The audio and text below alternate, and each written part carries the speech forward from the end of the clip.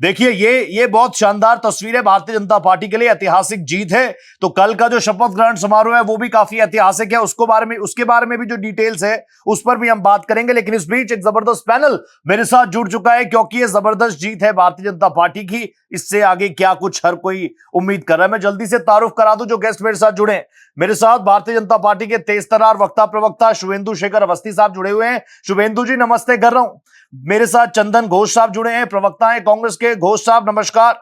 Sophia Khan जी मेरे साथ हैं, ओह राजनीतिक विश्लेषक के तौर पर। सोफिया जी नमस्ते कर रहा हूं आपको, आज राजनीतिक विश्लेषक के तौर पर आप मेरे साथ जुड़ रही हैं, नाइस।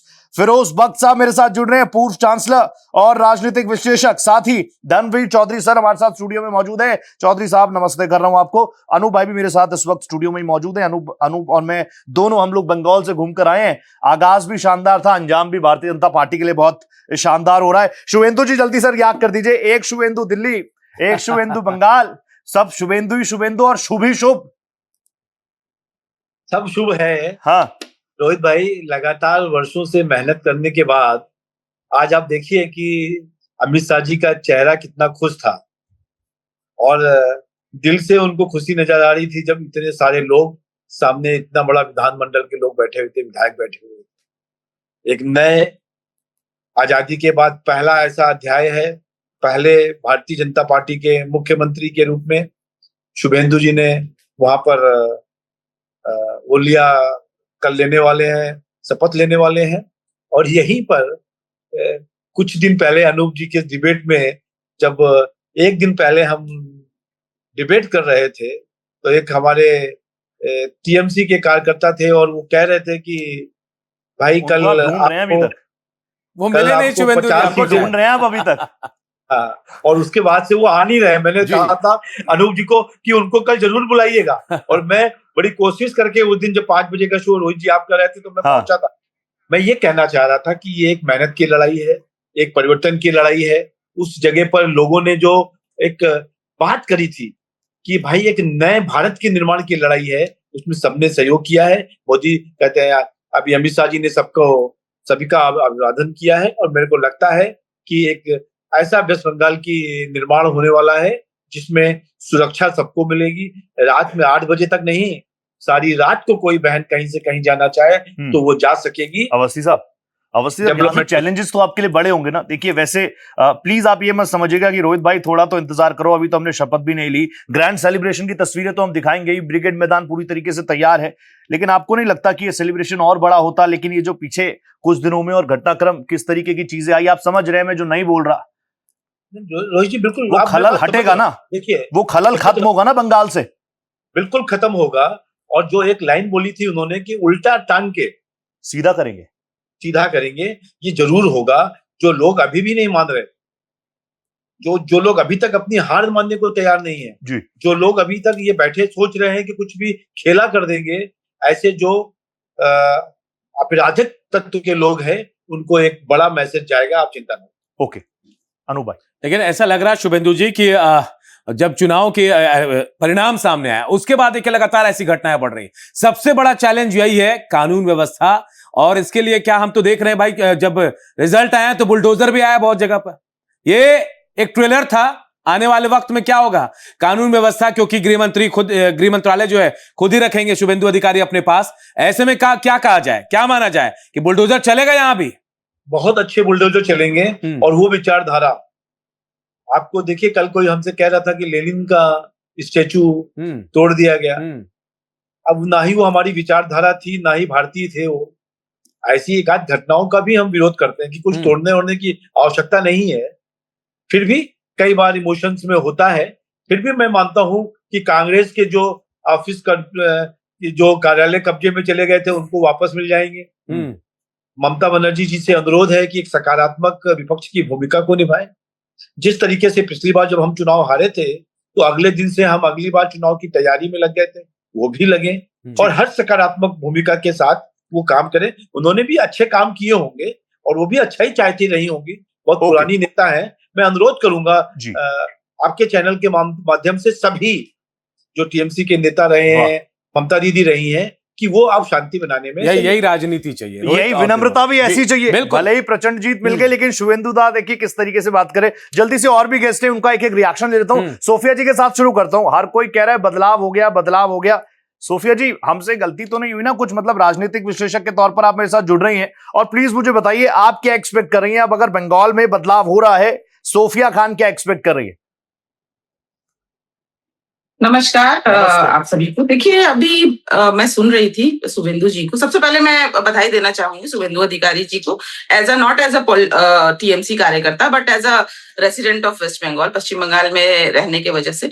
अभी हम यही देखिए, आशा तो यही है कि अगर इन लोगों को जनता ने वोट किया है या जनता ने चुना है, और जिस आधार पर चुना है, ऑब्वियसली अगर बदलाव के लिए चुना है तो मुझे लगता है बदलाव होना चाहिए, बदला नहीं होना चाहिए। अभी यहाँ पर ये प्रवक्ता शुभेंदु जी जो कह रहे थे, ये इनकी बात से प्रमाण हो रहा है कि 4 मई के बाद जो भी दंगे यहाँ पर पश्चिम बंगाल में हो रहे हैं, अभी कौन मर रहा है, कौन किसको मार रहा है, ये अभी नहीं। देखिए सोफिया जी, हालांकि प्रधानमंत्री ने भी कह दिया है कि बदला नहीं, बदलाव करेंगे। थोड़ा इंतजार कर लेते हैं सोफिया जी, बोलने दीजिए ना। अभी तो शुरुआत है। लेवल के जो कर्मी मर रहे हैं दोनों तरफ से, ये बहुत गलत हो रहा है। मुझे लगता है अगर जिस आधार पर इन्होंने कहा था कि 2021 और 24 में पोस्ट पोल वायलेंस को एक बहुत ही एक्सट्रीम एक मुद्दा बनाया था इन लोगों ने, तो अगर इनको यही करनी थी और जनता को इसी आधार पर कि ताकि कोई वायलेंस ना हो पश्चिम बंगाल में, लेकिन अगर इन्होंने इससे शुरुआत की है तो मुझे लगता है ये जनता के साथ छल है। दूसरी बात है, ये लोग नारी वंदम हमेशा कहते हैं, नारियों की बात करते हैं। बहुत ही एक स्ट्रांग मुद्दा था आर्चिकर, जिसको लेकर शायद कुछ हद तक इनकी जीत हुई है। मुझे लगता है कि अभी चूंकि नारी की बात हो रही है, तो मुझे लगता है कि पश्चिम बंगाल में मुख्यमंत्री का चेहरा, अगर ममता बनर्जी को देखने का सबको ऑब्वियसली एक आदत हो गई है, I mean you hate her, love her, you can not ignore her वाली बात है। ममता बनर्जी की जो क्षमता है, उनको कोई ये मुझे लगता है ये जो आज सत्ते पर जो लोग हैं ना, वो भी उनका लोहा मानते हैं। लेकिन सोफिया जी, अगर ऐसा होता तो भवानीपुर से ममता बनर्जी को देखना चाहते, जिताना भी चाहते लोग, वो नहीं हो पाया। सोफिया जी, वापस लौटूंगा, थोड़े वक्त की कमी है। मैं चंदन जी आपके पास आऊं। चंदन जी, कांग्रेस कहां चली गई है? कहा जा रहा था कि भाई हम तो जीत रहे हैं, हमारे यहाँ आपके जो सबसे बड़े नेता थे वही निकल गए। पुनरुत्थान हुआ नहीं कांग्रेस का। देखिए, एक बात पहले तो बधाई दूंगा, ये शुभेंदु अधिकारी जी जो बंगाल में सत्ता में आए हैं। और दूसरा बात है, कांग्रेस लड़ाई में थे, कांग्रेस लड़ाई पे है। मतलब ये होता है, एक चुनाव होता है, multi party system, multi voices, तो इसमें हम लोग का एक मतदान बनाने का एक कोशिश है।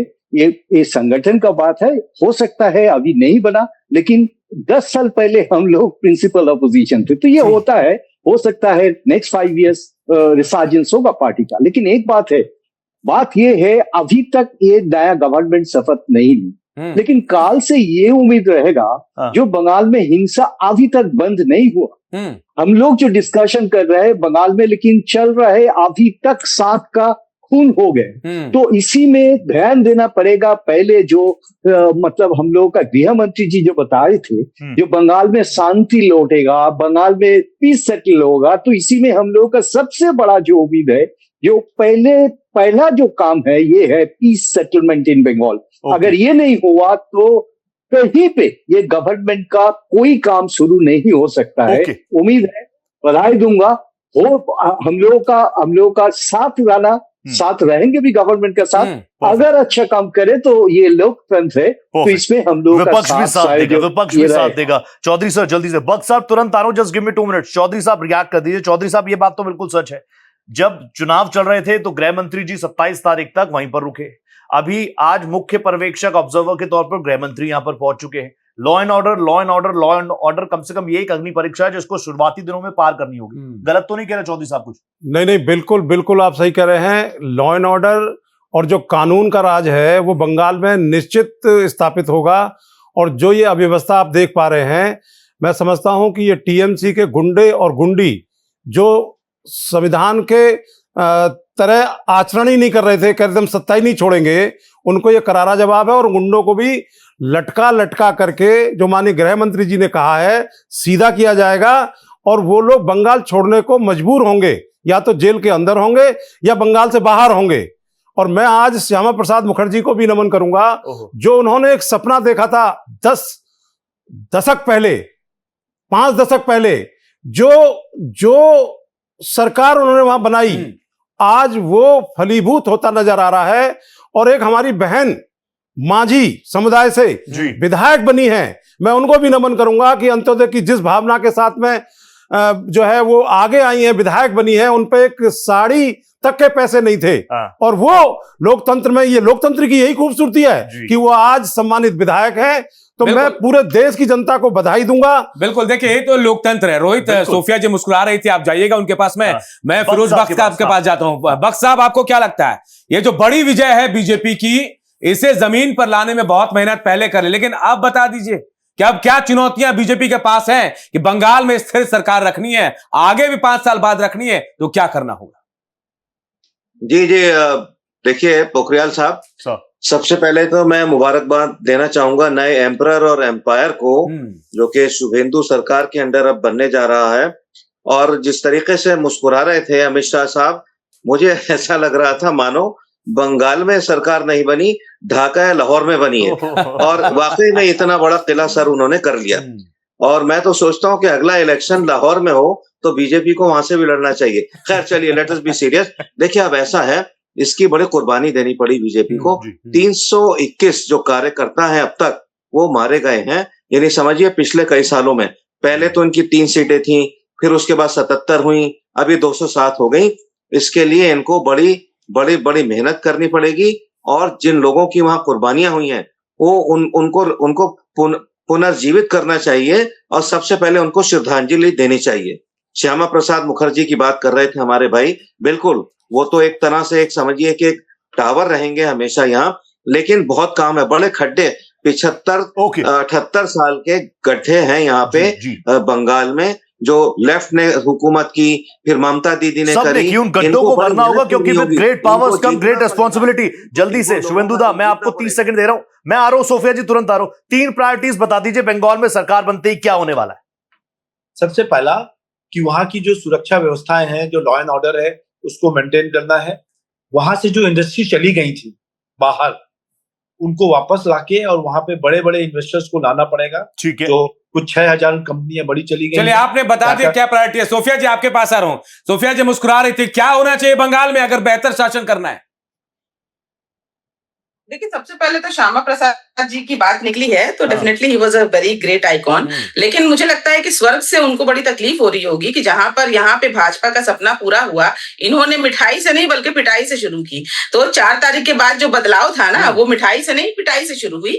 तो मुझे लगता है ये बिल्कुल निंदनीय है, ये ऐसा होना नहीं चाहिए। क्योंकि ग्रास रूट लेवल के जो लोग हैं ना, वो जो मारे जा रहे हैं, अब जिनको विधायक बनना था वो टीएमसी से भी बने, वो भाजपा से भी बने, लेकिन अल्टीमेटली जो सफर कर रहे हैं वो अभी देखिए, अभी सारे लोग जो है, खासकर टीएमसी के जो कार्यकर्ता है, उन्होंने बड़ी ईमानदारी से अपने दल के लिए, अपने पार्टी के लिए, यहाँ पर किसी का कोई व्यक्तिगत लड़ाई नहीं था, लेकिन अपने विचारों की जो लड़ाई करते रहे, उनके साथ ही बदला लेने की नीति जो ये अपना रहे हैं, नहीं होना चाहिए। अगर नहीं ना पिटाई, सिर्फ मिठाई ही मिठाई, गंगोत्री से गंगा सागर तक मिठाई मिठाई और कानून का राज। लोगों का विश्वास जीतना चाहिए और विकास का काम करना चाहिए, उस पर नजर भी हमारी बन रही है। अनूप भाई, मैं बार बार कह रहा हूं, with great powers come great responsibilities. वक्त आज इतनी इजाजत दे रहा है, लेकिन बंगाल में कल से जो है शुभेंदु सरकार, बीजेपी की सरकार, नजर सबकी बनी रहेगी कि आगे क्या कुछ काम होंगे। आप सभी का बहुत बहुत धन्यवाद।